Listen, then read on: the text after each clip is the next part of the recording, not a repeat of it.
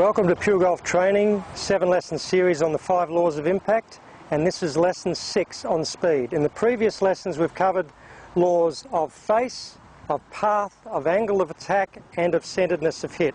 Now I don't want you to jump to the gun and get straight onto speed because you just want to hit the ball further. Unless you've got the first 4 laws working for you consistently in your golf swing, it is dangerous to try and add extra speed.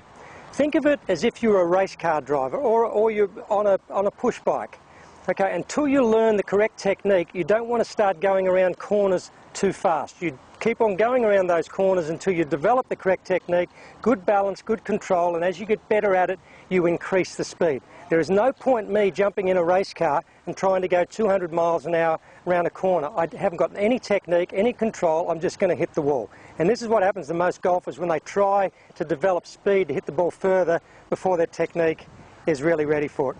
If you make solid contact with a square face down the line, the ball will go as far as it needs to go most times anyway. So we're only adding that little bit extra at the end. And the idea of developing further speed is ultimately so you can back off and play at about 80% power, which in turn gives you more control.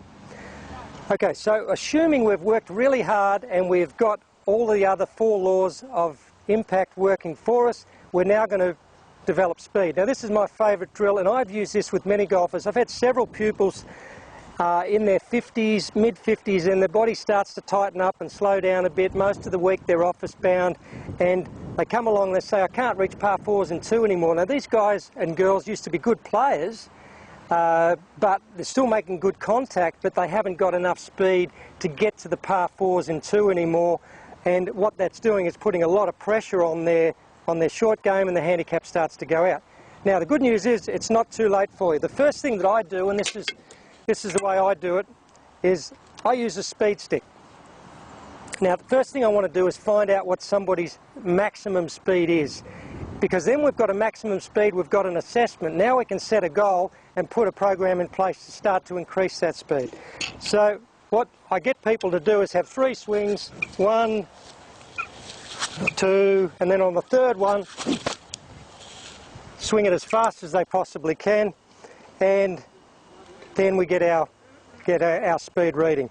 Now obviously there's something wrong with this speed stick because it just said I'm 140 mile an hour, which I'm pretty excited about. Got to go play some golf. But unfortunately this one I think just got stuck. So what we want to do is, once we know what your starting speed is, then we've got a goal. Now, one of my students recently, or about 12 months ago now, his starting speed was about 90 mile an hour. He was a 4 handicap, still a good player, but playing at a golf course that has long par 4s and really having to struggle to play to his handicap.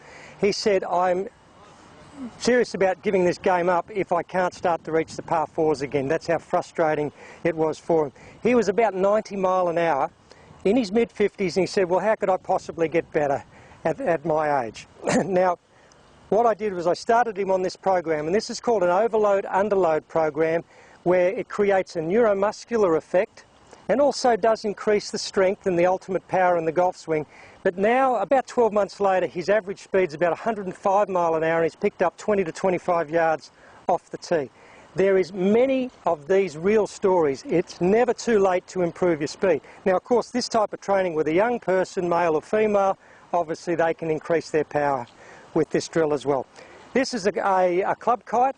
Now what this does is it creates what's called relative resistance. I don't like weighted clubs. In fact, weighted clubs ruin golf swings. Think about it this way. If you swing club back to here, the weight of the club is trying to pull your arms down this way. So your arms now have to do this to keep the club on plane. Take the weighted club away and there's a good chance that you've actually ruined the path of your backswing or your downswing. Relative resistance, this is very, very light. It weighs virtually nothing. As I swing forward, it creates wind resistance in the exact opposite direction of the force that I'm trying to apply. Relative resistance is the safest way to do resistance training. Now, I'm going to have 3 swings with this, and on the third swing, I'm going to swing it as fast as I can. And what's happened now is my brain is supplying the energy required that resistance is putting up. So now I'm going to pick up the golf club and I'm going to hold it upside down, and I'm going to have 3 swings. Now the first one you won't feel like you've got anything, where I can really zip that thing through. And then on the third swing, zip it through as fast as I can. It will be moving faster because of this neuromuscular effect. My brain is anticipating the resistance, it's not there, so it's still supplying the energy to create that speed. Now, without thinking about it at all, set up and just hit the golf ball. We don't really want any target with this, because target slows us down, we tighten up and we start to try and steal it. With this is just like standing on a cliff top with the ocean in front of you. All you've got to do is hit it out into the ocean. There's no real target, it's just purely about developing speed. So overload through relative resistance. After doing the assessment first of all, then your 3 swings upside down, then hit some golf shots. Then at the end of this session, I want you to do another 3 with resistance, then grab the speed stick, and I guarantee on the very first session you will have picked up about 5 miles an hour on what you thought was actually going to be your maximum speed at the start of the session. So that's how we develop speed. There's other ways of doing it, but this is a way that you can do it at home with some simple devices that are readily available. Pick up some speed, but please focus on face, path, angle of attack and centeredness of hit before you go ahead and do that. Good luck with that. Hope you start to bust it out there, Miles.